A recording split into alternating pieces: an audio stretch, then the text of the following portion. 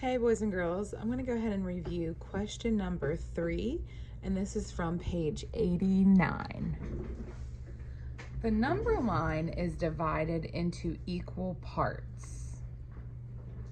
And we talked about in class that we can represent fractions a couple different ways. We could use the fractions with the numbers themselves.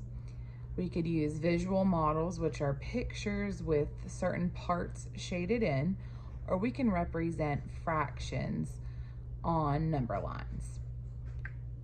And I see the number line, and I notice that the dot is located on 3/5.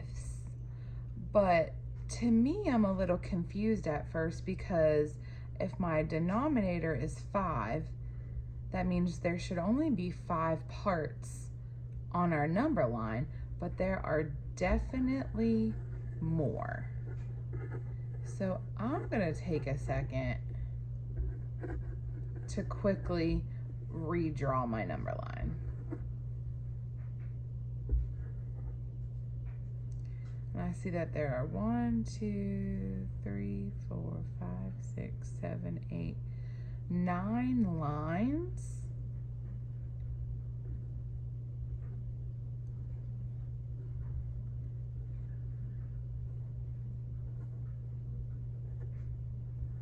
Which actually give me 10 pieces. But their labels are 1/5, 2/5, and then over here 3/5. Then we have 4/5, and we know that 5/5 represent 1 whole, and 0/5 obviously represent 0. And they have our mark right there on the 3/5.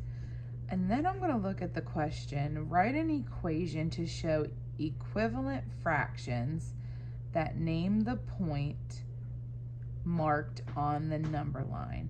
So they want us to find an equivalent fraction, a fraction that is equal to 3/5. So go back to the beginning where I said, I'm surprised that they labeled this 3/5 because our number line has more than 5 parts. It has 1, 2, 3, 4, 5, 6, 7, 8, 9, 10. So our number line is actually partitioned into tenths. Okay, so what do I mean by that? That means that this piece right here would be 1/10. This piece right here would be 2/10. This piece right here, 3/10, 4/10, 5/10, which this is actually a half, 6/10, 7/10, 8/10, 9/10, and 10/10 also represents a whole. So let's look at this. Because these two fractions, 1/5 and 2/10, line up with each other, they are equivalent to each other. Because 2/5 lines up with 4/10, they are equivalent. So when looking at 3/5, I see that it lines up directly with 6/10. So we can say on your answer line that 3/5 is actually equal or equivalent to 6/10. And remember those strategies that we can use for finding equivalent fractions. One strategy is multiplication. So how can I get from 3 to 6? I can multiply times 2.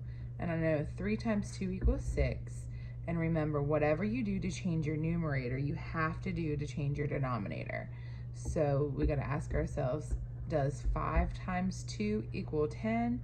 and yes. So that's another way to prove why 3/5 is equivalent to 6/10.